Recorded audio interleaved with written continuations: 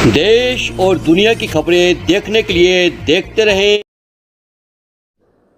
नमस्कार। झुग्गी झोपड़ियों मलिन बस्तियों में नशे के कारोबार के संबंध में प्राप्त हो रही शिकायतों को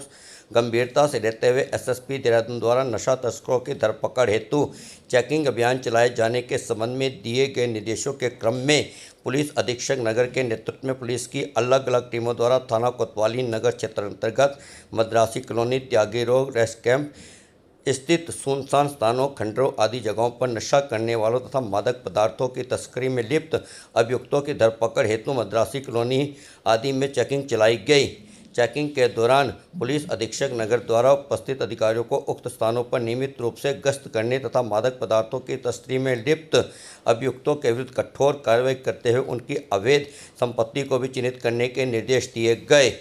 उत्तराखंड देवभूमि में धर्म की आड़ में लोगों की भावनाओं व आस्थाओं से खिलवाड़ करते हुए उनके साथ धोखाधड़ी करने वाले नकली बाबाओं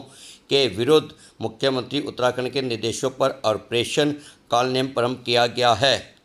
जिसमें मुख्यमंत्री द्वारा ऐसे सभी व्यक्तियों को चिन्हित करते हुए उनके विरुद्ध कठोर कार्रवाई करने के निर्देश दिए गए हैं। अभियान के तहत विभिन्न थाना क्षेत्रों में पुलिस द्वारा कार्रवाई करते हुए साधु संतों के वेश में घूम रहे नकली ढोंगी बाबाओं को गिरफ्तार किया गया है। गिरफ्तार ढोंगी बाबाओं में 10 व्यक्ति अन्य राज्यों से भी संबंधित हैं। देवभूमि उत्तराखंड में सावन के आगमन से ही शिव भक्तों की टोलियां लगातार हजारों की संख्या में उत्तराखंड पहुंचती हैं। कांवड़ियों के रूप में पहुंचने वालों की संख्या हजारों से करोड़ों तक होती है। देशों विदेशों से भक्त उत्तराखंड में दर्शनों के लिए आते हैं। इसी क्रम में संपूर्ण उत्तराखंड में एवं हरिद्वार में लॉ एंड ऑर्डर को बनाए रखने के लिए एसएसपी हरिद्वार प्रमोद सिंह डोभाल ने जनता से की अपील। आगामी कुछ दिनों में हिंदुओं की एक बहुत बड़ी यात्रा, धार्मिक यात्रा जो कांवड़ के रूप में जानी जाती है, वो शुरू होने वाली है और जो 11 तारीख से 23 तारीख के बीच में और उसके बाद भी ये चलेगी, क्योंकि सावन मास में लगातार कांवड़ यात्री चलते हैं। इसके लिए लाखों की संख्या में, करोड़ों की संख्या में जो धार्मिक यात्रा में सम्मिलित होने जो कांवड़ यात्रीगण यहाँ आते हैं, हरिद्वार से जल लेके अपने अपने पवित्र स्थानों पे जलाभिषेक के लिए यहाँ से निकलते हैं। इस दौरान लॉ एंड ऑर्डर को बनाए रखने हरिद्वार पुलिस का एक मुख्य फोकस रहता है। अब क्योंकि पिछले कुछ दिनों में लगातार देखने में आ रहा है कि कुछ शरारती तत्वों द्वारा सोशल मीडिया पर अपने व्यूज को, अपने फॉलोअर्स को बढ़ाने के लिए किसी भी घटना की प्रामाणिकता को जाने बिना ही ऐसे पोस्ट किए जा रहे हैं, जिसकी वजह से सामाजिक सद्भाव के लिए खतरा पैदा हो रहा है। साथ में ऐसे तत्वों को मैं स्पष्ट रूप से बताना चाहता हूं कि अगर आपकी किसी भी गलत पोस्ट से